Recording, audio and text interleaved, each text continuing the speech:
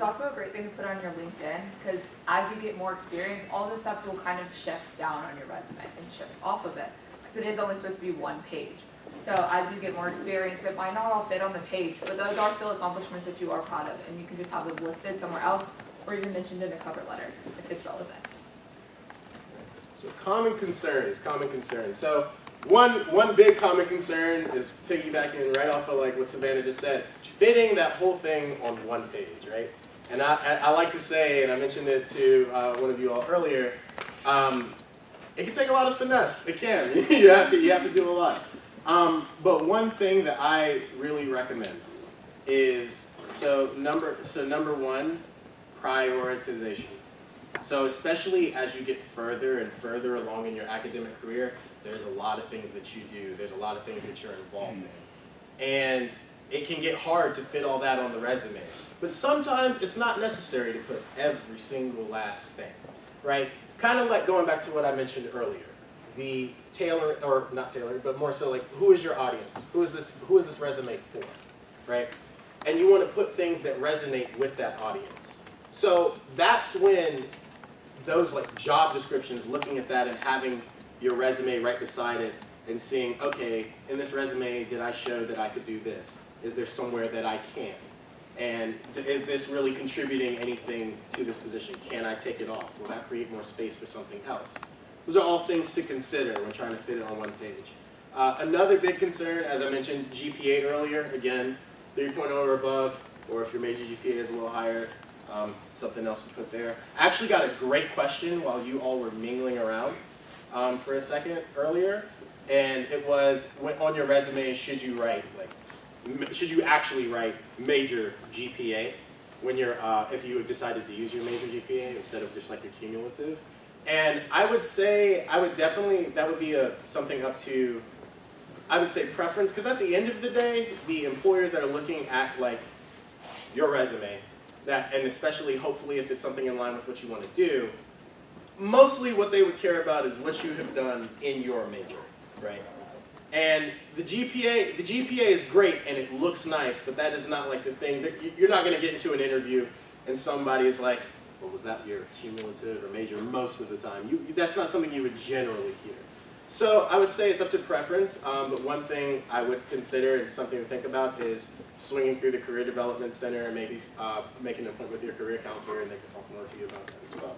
I also think that depends on what your major is and what college you're in. If you're in a math or sciencey field, that might weigh more than if you're in like a humanities or social science field. So just like, it's really up to your discretion if you even want to include it, even if you do have a high GPA. And especially a couple years after graduation, your GPA definitely loses its weight by a lot.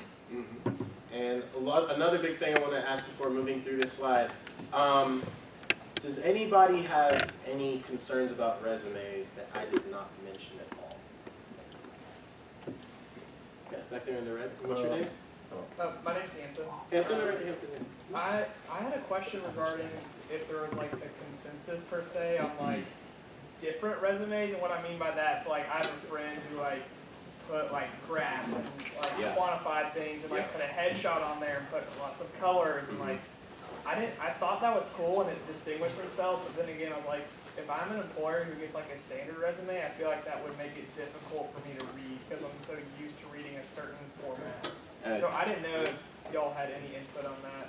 Yeah, I love that question, Hampton. So really, that's a beautiful question because it kind of goes back to that audience. So one thing about resumes that you will learn, I think one thing we get so caught up with resumes because we see like the usual typical resume, that like the standard that you see all the time, and we're like, that's it.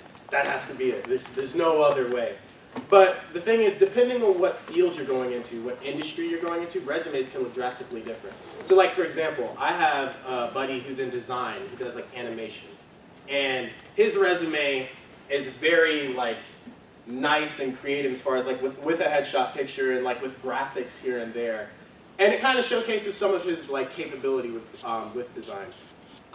But like I said, there is, I guess, a general consensus of things, I guess you could say, but it can definitely look different depending on the industry you're in. And I don't know if, Alex, did you want to add anything on that one?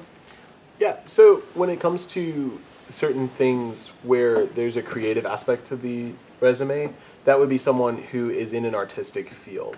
And Hinton, I do appreciate what you said, where if you are a recruiter and you're looking at resumes and you are used to seeing them a certain way, it can be jarring. But always remember that a resume is a reflection of who you are as a person. You are advertising yourself. So there is a fine line between being able to go like Elle Woods and Legally Blonde with the pink scented paper, but still being professional. And I thought I saw one more hand over there. Yeah, you guys answered it. Okay. I don't know if y'all like were gonna say anything about it, but like, what about like relevant coursework? Would you add that sometimes to your resume if like you think it was necessary? Definitely. So that is actually a unknown section as well. Like I've just seen many resumes of relevant coursework. That's a pretty understood okay section, and I definitely think it adds to your resume, especially if you are in anything, especially technical fields, Yeah. because it really gives because this is okay, what is this person taking? What have they gone through? Okay, I understand. So Gotcha. I would say that's an open A section. lot of people have projects that they did in that class listed as well, under where I said projects earlier. A lot of people will have things like that. That's Right. actual experience that you did get from class. Right. Okay, so question over here. Yeah, that was what I was gonna ask. Okay. Alright. And so how many of you guys know what EPAC is? Most of you guys? That's Okay. you guys. That's what Yeah. And how many of you guys have your resume actually on EPAC? Okay, Yes. yeah. That's Beautiful. good. For you guys that don't have your hands up, every semester or every year, you should really update your resume onto EPAC and just upload it right up there and have it searchable for companies. They could reach out to you. But yeah, it's just really nice to keep your EPAC up to date. And also, I'd recommend uploading it to LinkedIn as well. Just make sure you take your address and phone number off before you put it up on LinkedIn, because you don't want that. And hang on, we have a question over here. Yeah, so you mentioned how employers can contact you. I've gotten messages on my email about employers. I'm just I haven't applied here. So is that where the messages come from? Yeah.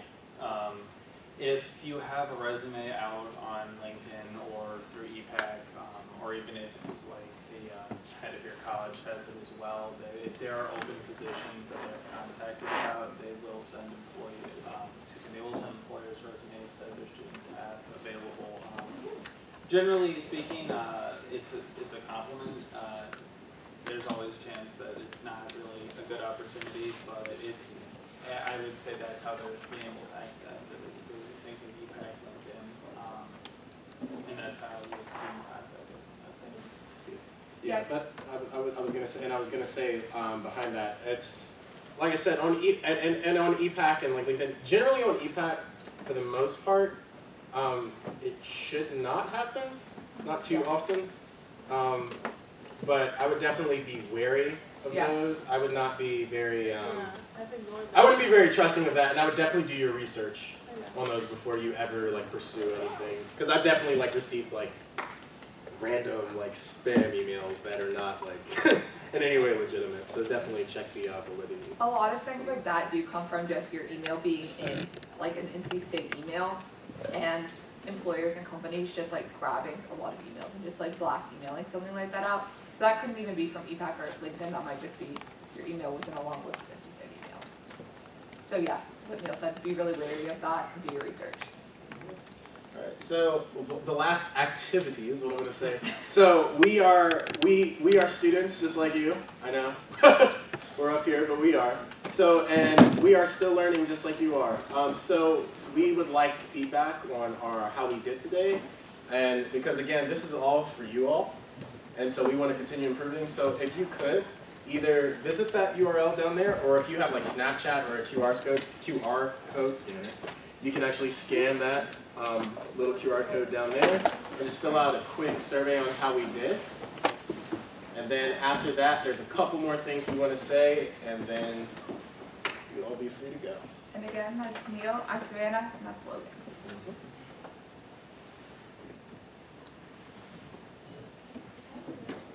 What's up?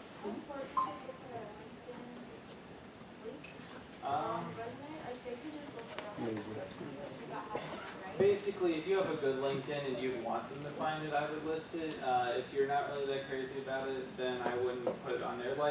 A resume should really just be made of the things that you're proud of and can speak to. So if you're not really that crazy about your LinkedIn, someone else will go to that video and find it quickly. But like, to your point is, if they want to find it, they can find it. That's fair. Yeah. It's definitely a preference though. Yeah, I mean personally, I list my LinkedIn because I have way more on my LinkedIn than fits on one page of a resume. And it's also, they'll more look at your resume if they're like really, really interested in you, just to kind of like compare you to all the other one-page resumes that they got, just to see kind of like how you stand out a little bit more. But it's really just, yeah.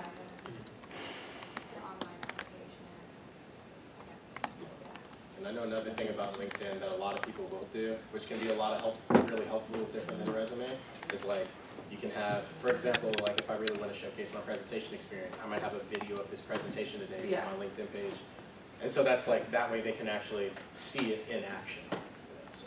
I have a lot of like problems in like digital media kind of fields where like if you are applying to be like a video production kind of person, like they can go in there and like find yourself really easily. And also in the header, if you do list your LinkedIn, make sure you unlink it. You don't want it to turn a different color and you don't want them to be able to like click it, like makes it a little less professional. Yeah, I know. No. Yeah, I was gonna say the only exception I feel like to that would be if, like, no, yeah, actually no. No, there's I no doubt it. exception. Never mind. I thought about it. Never mind. And make sure you unlink your email too, because sometimes when you first type that in, it'll link that too, so you can click on it. Make sure you unlink it. And did everyone scan? Okay. So are there any outstanding questions? Any questions on the paper airplane that didn't get answered? Yeah.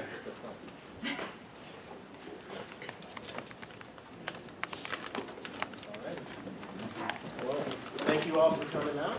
Yeah, and if you have any more questions, please go visit your career counselor at Fulton Hall. And there's always walk-in hours from 11 to 2, Monday through Friday. And that's just if you need someone to look over your resume. And yeah, thank you guys. Can you even actually do like all of